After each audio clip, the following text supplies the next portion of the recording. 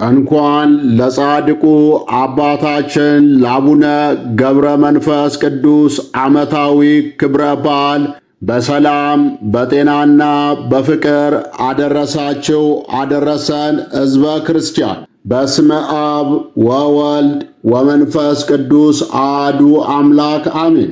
የጻድቁ አባታችንን የአቡነ ገብረ መንፈስ ቅዱስን ዓመታዊ ክብረ በዓል ምክንያት በማድረግ በዕለተ እሑድ የሚጸለየውን ገድለ አቡነ ገብረ መንፈስ ቅዱስን አሁን ማንበብ መጸለይ እንጀምራለን። 33ኛ ምዕራፍ። አንድ አምላክ በሚሆን በአብ በወልድ በመንፈስ ቅዱስ ስም አሜን። ንዑድ ክቡር አባታችን ገብረ መንፈስ ቅዱስ ጌታችንን እናት ድንግል ማርያምን አምጣልኝ፣ መንፈሳውያን የሆኑ የምድር ነገሥታትን አምጣልኝ አለው። እናቱ ድንግል ማርያምን ፈጥኖ አምጥቶ ከፊቱ አቆማት። ጌታችንም የእናቱ የድንግል ማርያምን ሁለቱን ጡቶቿን ይዞ የሰጠውን ቃል ኪዳን እንዳልዋሽ በጠባሁት በእናቴ ጡት እምልላለሁ አለው። እመቤታችን ድንግል ማርያምም የተወደደ ልጇን ለጌትነት ክብር ምስጋና ይገባል፣ በወዳጅ ገድል ምክንያት ምሕረትን ለሰው ልጅ አብዝተሃልና የዚህን ጻድቅ ሰው ገድሉን ትሩፋቱን ንገረኝ አለችው። ጌታችንም ከአዳም እስከ አብርሃም ከአብርሃም እስከ ዛሬ ድረስ እንደዚህ ጻድቅ ትጋትን፣ ገድልን፣ ትዕግስትን የሚያበዛ ንጽሕናን ገንዘብ የሚያደርግ እህልን የማይበላ አላገኘውም። ከሰማይ በታች እርሱን የሚመስለው የለም። እስከ ዓለም ፍጻሜ ድረስ እንዲህ አይነት ሰው አይወለድም። በአንድ ቀን 40,000 ከ4,000 እንደ መንኰራኩር ይሰግዳል። የዳዊት መዝሙርንም በቀን 40 በሌሊት 40 ጊዜ ይጸልያል። ቀኝ ጉንጩን ግራ ጉንጩን 1000 ጊዜ ይመታል። በዝቋላ ባሕር ተዘግዝቆ እየጸለየ 100 ዘመን ኖረ። ሰውነቱ ሁሉ እንደ ጨው ሟሟ፣ አጥንቶቹም እንደ መርፌ ቀዳዳ ተበሳስተው እንደ በረዶ ነጽተው ታዩ አላት። መንፈሳውያን የሆኑ 7ቱ ነገሥታት ይህን በሰሙ ጊዜ እነዚህም ዳዊት፣ ሰለሞን፣ ቆስጠንጢኖስ፣ አኖርዮስ፣ ካሌብ፣ ገብረ መስቀል፣ ላሊበላ ናቸው። አባታችን ገብረ መንፈስ ቅዱስን 2 እጆቹ 2 እግሮቹ እያንዳንዱ በመስቀል ምልክት እንደሚያበራ መብራት ሆነው 10 የእጆቹ ጣቶችም እንደ መብራት ሲያበሩ ከሰውነቱ ፀጉር ሁሉ ማር ወተት ሲንጠፈጠፍ አይተው አደነቁ። ዳግመኛም በረዶ የሚመስል ነጭ ንብ ከአፉ እየወጣ ወደ ሰማይ ሲያርግ ዳግመኛም ወደ አፉ ሲመለስ አዩ። እኒህም ነገሥታት ይህን አይተው አደነቁ። ጌታችንም ጽንሰቱ መጋቢት 29፣ ልደቱም ታኅሳስ 29፣ መቃብሩም ኢየሩሳሌም ነው። በሦስተኛውም ቀን ነፍሱን ከሥጋው ጋር አዋጄ አነሣዋለሁ፣ ወደ ሰማይም አወጣዋለሁ አላቸው። እነዚህ ነገሥታት ይህን ሰምተው ፈጽመው አደነቁ። ንጉሥ ላሊበላም ጌታችንን 10 ጣቶቹ እንደ መብራት እንዴት ያበራሉ ብሎ ጠየቀው። ጌታችንም ገድልን ስላበዛ ንጽሕናን ገንዘብ ስላደረገ እንደ መብራት ያበራሉ አለው።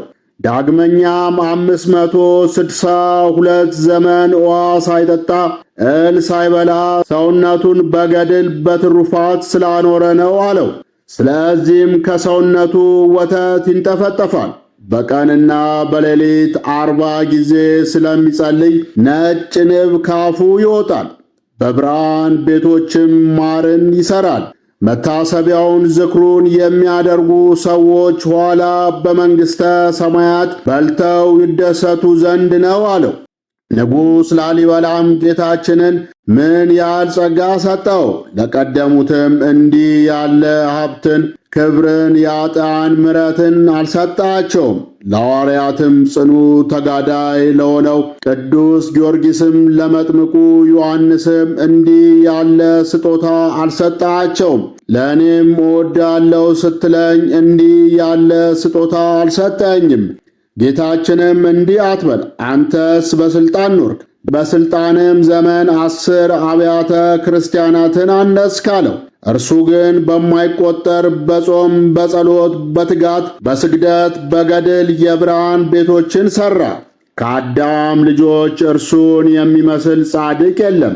ከሰው ወገን ብቻ አይደለም፣ ከመላእክት ሁሉ ይበልጣል እንጂ። እንደ እናቴ እንደ ማርያምም እወደዋለሁ አለው። ያን ጊዜ የአባታችን የገብረ መንፈስ ቅዱስ ነፍስ ከሥጋው ተለየች። ጌታችንም ያችን ንጽሕት ነፍስ ይዞ በአፉ ሳማት። ከዚህ በኋላ እመቤታችን ድንግል ማርያምም ሳመቻት። ያን ጊዜ የአባታችን ነፍስ በንጽሕና በቅድስና መዓዛ ተሞላች። ያን ጊዜ ጌታችን ኢየሱስ ክርስቶስ አባታችንን መታሰቢያን ዝክርን እንደ ነቢያት፣ እንደ ሐዋርያት፣ እንደ ሰማዕታት፣ እንደ ጻድቃን መታሰቢያ ያደረገ እምርልሃለሁ፣ በረከትንም እሰጠዋለሁ። ሰላሜም ከእርሱ ጋር ይኖራል፣ በቀሌንም እተዋለሁ፣ ልቤም ይደሰትበታል አለው። ያን ጊዜም ጌታችን ኢየሱስ ክርስቶስ 7ቱ ሊቃነ መላእክትን አባ አባ ክቡርነ በምድርም የሚመስል የለም እያሉ ተሸክመው 3 ጊዜ ያዞሩት ዘንድ አዘዛቸው። ያን ጊዜ ንጉሥ ላሊበላ ከእግሩ ላይ ወድቆ ሳመው። ጌታችንም አባታችንን ከእንግዲስ ወዲህ በአማላጅነት በቃል ኪዳን ለሚያምኑ ሁሉ ቤዛ ሆንካቸው፣ ወዳጄ ሆይ ደስ ይበልህ አለው። ከሰማይ ከምድር የሚሰፋ አገርን ሰጥቼአለሁና መታሰቢያን ዝክርን የሚያደርጉ ሁሉ ካንተ ጋር ይደሰታሉ፣ የሰጠውንም አገር ይወርሳሉ አለው።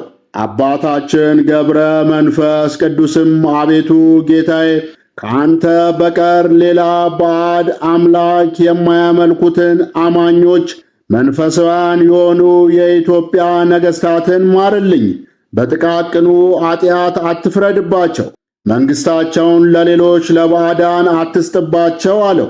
ጌታችንም አባታችን ገብረ መንፈስ ቅዱስን ንጽሕናን፣ ቅድስናን ከፍ ከፍ የሚያደርጉ የገድልን መጽሐፍ የሚያጽፉ መታሰቢያን ዝክርን የሚያደርጉ የኢትዮጵያን ነገሥታት የፀሐይ ብርሃን በሰማይ መካከል ከፍ እንዲል እንደዚሁም በሚያስፈራ በአባቴ ፊት ነፍሳቸውን ከፍ ከፍ አደርጋታለሁ።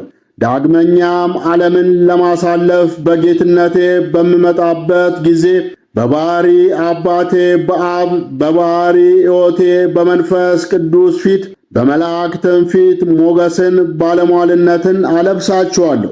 ደም ግባታቸውንም ከፀሐይ 7 እጅ አበራለሁ። መንግሥታቸውንም ለሌላ አልሰጥም። ዘራቸውን እስከ ዓለም ፍጻሜ አነግሣለሁ። እነርሱም እስከ ዓለም ፍጻሜ ድረስ አይተውም አለው። በጸሎት በቃል ኪዳን የሚያምኑ ዝክርን መታሰቢያን የሚያደርጉ መኳንንትን ከደጋግ ቅዱሳን ጋር ነፍሳቸውን በቀኝ አቆማታለሁ። ተድላ ደስታ በሚደረግበት በሺው ዘመን በክብር አስቀምጣቸዋለሁ። ዝክርን መታሰቢያን በየወሩ የሚያደርጉትን ሰዎች የሰማይን እሳት አላሳያቸውም፣ ፈጽሞም አይነካቸውም። እሳቱ ይቅርና ወላፈኑ ጭሱ አይደርስባቸውም። እኔም በሚመጣው ዓለም ከእነርሱ ጋር ማኅበር አደርጋለሁ፣ ከማኅበረ በኩር ጋርም ርስትን እሰጣቸዋለሁ አለው። 34ኛ ምዕራፍ። ዳግመኛም ጌታችን ኢየሱስ ክርስቶስ አባታችን ገብረ መንፈስ ቅዱስን እናቴ ድንግል ማርያም በመስቀል ተሰቅዬ ባየችኝ ጊዜ እንዳለቀሰች እንደዚሁ አንተን በመውደዴ ልቤ ይቃጠላል አለው። ዳግመኛም ጌታችን 7ቱ ሊቃነ መላእክትን መታሰቢያውን ዝክሩን ያደርጉ ዘንድ በ4ቱ ማዕዘን ገድሉን ለሰው ሁሉ ንገሩ አላቸው። በዚያም ካሉት ቅዱሳን አንዱ አባ ፍሬ ቅዱስ ይህን በሰማ ጊዜ ፈጽሞ አዘነ፣ በምድርም ወድቆ ተንከባለለ። ዳግመኛም ድንጋይ ከተራራ እንደሚንከባለል ሰው ድንጋይ ወርውሮ የሚያሳርፍበትን ያህል ከሐዘን፣ ከፍርሃት፣ ከድንጋጤ ብዛት የተነሳ ተወርውሮ ሄደ። ዳግመኛም እግዚአብሔር ስለ አባታችን ገብረ መንፈስ ቅዱስ ክብር የሚደረገውን ሁሉ ያስተውሉ ዘንድ ባዩት በሰሙትም ነገር ምስክር የሆኑ ዘንድ በአራቱ ማዕዘን ገድሉንም ያስተምሩ ዘንድ መታሰቢያውን ዝክሩን ያደርጉ ዘንድ እነዚያን ቅዱሳን አጸናቸው። ከገዳማውያንና ከስውራኑ ለምስክርነት የቆሙ 7ቱ ሰዎች እነዚህ ናቸው። ጌታችን ኢየሱስ ክርስቶስ በደብረ ታቦር ከነቢያት 2ቱን ከሐዋርያት 3ቱን ለምስክርነት እንደጠራ በአባታችን በገብረ መንፈስ ቅዱስ ዕረፍትም እንደዚሁ እንደ ሙሴና ኤልያስ ስውራኑን እንደ ሐዋርያትም ገዳማውያንን ለምስክርነት ጠራ። በዚያችም ሌሊት ድንቅ ተአምራትን አዩ። ሰማያት ሲከፈቱ መላእክትም በየወገናቸው መብራት ይዘው ሲወርዱ አዩ።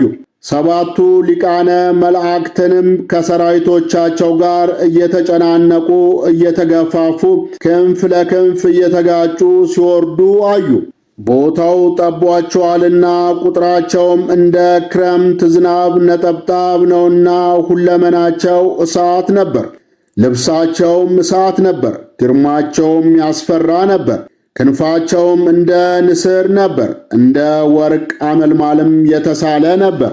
እሳቱን እንደ ልብስ ይለብሱት ነበር። ከልብሳቸውም እንደ መብረቅ እሳት ይወጣ ነበር። በዚህ ሁኔታ መላእክት የአባታችን የገብረ መንፈስ ቅዱስ ሥጋ ወደ አለበት ወረዱ። ያቺ ገዳም በሚነድ እሳት ሁለመኗ ተንቦገቦገ። ብርሃኗ ከቀትር ፀሐይ ብርሃን ይልቅ ደምቆ ነበር። እነዚያም ቅዱሳን ስለ አባ ገብረ መንፈስ ቅዱስ ክብር መብራት ከሰማይ ይውረድ የሚል ቃል ሰሙ። ዳግመኛም በክብር በምስጋና አባ ገብረ መንፈስ ቅዱስን ትቀበሉ ዘንድ 7ቱ ሊቃነ መላእክት ውረዱ የሚል ቃል ሰሙ። ዳግመኛም አርባብ መላእክት አባ ገብረ መንፈስ ቅዱስን ተቀብላችሁ ለዘላለሙ ሐዘን ወደሌለባቸው የብርሃን ቤቶች ታስገቡ ዘንድ ውረዱ የሚል ቃልን ሰሙ። ዳግመኛም የአባ ገብረ መንፈስ ቅዱስን ሥጋ ተሸክማችሁ ወደ ኢየሩሳሌም ውሰዱት የሚል ቃልን ሰሙ። መቃብሩም በመሠዊያው በስተቀኝ ይሁን፣ ቁመቱም በሰው ክንድ 4 ክንድ ይሁን፣ ወርዱም በሰው ክንድ 2 ክንድ ይሁን የሚል ቃልን ሰሙ። እነዚያ 60 ቅዱሳን እየሰሙ ይህ ትእዛዝ ከእግዚአብሔር ወጣ። ባዩት በሰሙት ነገር ምስክር የሆኑ ዘንድ ጌታችን ኢየሱስ ክርስቶስ ሙሴን፣ ኤልያስን፣ ጴጥሮስን፣ ያዕቆብን፣ ዮሐንስን ብቻቸውን ወደ ረጅም ተራራ ይዞ ወጥቶ መልኩ በፊታቸው ተለወጠ፣ ልብሱም እንደ በረዶ ነጭ ሆነ። ይህን ሲናገሩ ብሩህ ደመና መጥቶ ጋረዳቸው። ከደመናውም እኔ የመረጥኩት የምወደው ልጄ ይህ ነው፣ እርሱን ስሙት የሚል ቃል መጣ። እንዲህ የሚል የአብን ድምፅ ሰሙ እንጂ ያዩት የለም። በዚህም ባዩት በሰሙት ነገር ሁሉ ምስክር እንደሆኑ እንደዚሁም እነዚህ 7ቱ ቅዱሳን ጌታችን ኢየሱስ ክርስቶስ ስለ አባታችን ገብረ መንፈስ ቅዱስ ክብር መላእክቱን ሲያዛቸው ከሰማይ ቃል ሰሙ። ስለዚህ ቃል ምን ትላላችሁ? በዕረፍቱ ጊዜ ከመላእክት ጋር ወደ ወዳጁ ወደ አባታችን ገብረ መንፈስ ቅዱስ የወረደ የእግዚአብሔር ቃል ነው እንጂ በጻድቁ በአባታችን ገብረ መንፈስ ቅዱስ ዕረፍት የጌታ ብርሃን በታየ ጊዜ ምድር በድንጋጤ ተናወጠች። ፀሐይ ጨለመ፣ ጨረቃም ደም ሆነ። ፀሐይስ በዚያን ሰዓት የለም፣ ከሌሊቱ 6 ሰዓት ነበርና።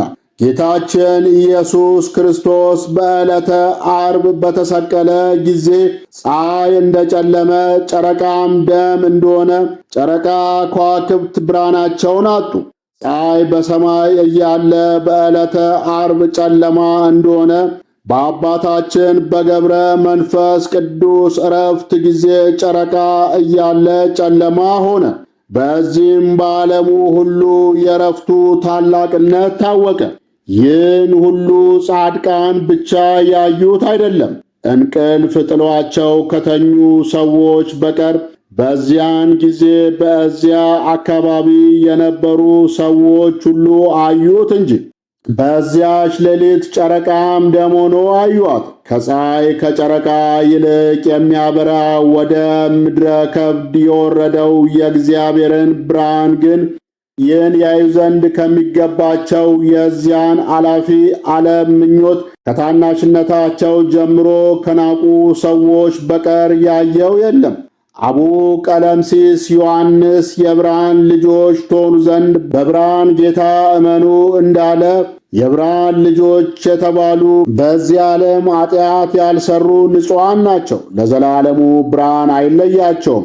ከዚህ በኋላ እነዚህ ቅዱሳን ቅዱስ ሚካኤል 12 አክሊላትን በእጁ ይዞ በአባታችን ገብረ መንፈስ ቅዱስ ሥጋ ቀኝ ቆሞ አዩት። ሌሎችም መላእክት እንደ ውሃው ፏፏቴ ያለማቋረጥ ልዩ ልዩ በሆነ ምስጋና ንጽሕት በሆነች ነፍሱ ፊት ሲያመሰግኑ አዩ። ይህ ሁሉ ሥርዓት ከተፈጸመ በኋላ 40 መላእክት ሥጋውን ተሸከሙ ብለው አሰምተው ተናገሩ። ቅዱሳኑም በዓይናቸው እያዩ በሰማይ እንደ እሳት እየተንበለበሉ እግዚአብሔር ወደ አዘዛቸው ይቀብሩት ዘንድ ወሰዱት። ትጓን መላእክትም አሳረጉት። ያደረሱበትን ግን አላወቁም። መቃብሩ በኢየሩሳሌም ይሁን የሚል ቃል ሰሙ እንጂ። ነቢዩ ዳዊትም ኢየሩሳሌምስ እንደ ከተማ የታነጸች ናት እንዳለ በሰማይና በምድር መካከል የአባታችን የገብረ መንፈስ ቅዱስን ሥጋ ተሸክመው መላእክትን ባዩአቸው ጊዜ ከስውራን 30 ከገዳሙያን 30 ሆነው ከእነርሱ በመለየቱ ያለቅሱ ዘንድ መጡ። ከኢትዮጵያ ብቻ የመጡ አይደለም፣ ከግብፅ ከገዳመ አስቄጥስም በሰረገላ መጡ እንጂ። አባታችን ገብረ መንፈስ ቅዱስ የባሕታውያን አለቃ ነውና ከሰማይ በታች በምግባር በትሩፋት በሃይማኖት እርሱን የሚመስለው የለም። እነዚያ የመላእክት ሰራዊት እግዚአብሔር ያዘዛቸውን ሁሉ ፈጽመው በክብር በብዙ ምስጋና በእልልታ በነጋሪት ድምፅ ወደ ብርሃን ቤቶች ነፍሱን አስገቧት። ጌታችን ኢየሱስ ክርስቶስ በ40 ቀን ወደ ሰማይ ሲያርግ እንደሆነው በአርያም ታላቅ ደስታ ሆነ። መላእክቱም ዘውትር ለዘላለሙ ለአምላካችን ምስጋና ይገባል። ቅድመ ዓለም የነበርክ ዓለምን አሳልፈ የምትኖር ሃሌሉያ እያሉ በአንድነት አመሰገኑ። የጌታችን የመድኃኒታችን የኢየሱስ ክርስቶስ ይቅርታውና ቸርነቱ የአባታችን የገብረ መንፈስ ቅዱስ በረከቱና ረድኤቱ በእኛ በልጆቹና በመላው ሕዝበ ክርስቲያን እንዲሁም በአገራችን በኢትዮጵያ ለዘላለሙ ጸንቶ ይኑር አሜን። አነሳስቶ ላስጀመረን አስጀምሮ ላስፈጸመን ለልዑል እግዚአብሔር ክብር ምስጋና ይሁን። ወስብሐት ለእግዚአብሔር ወለ ወላዲቱ ድንግል ወለ መስቀሉ ክቡር። ይቆየን።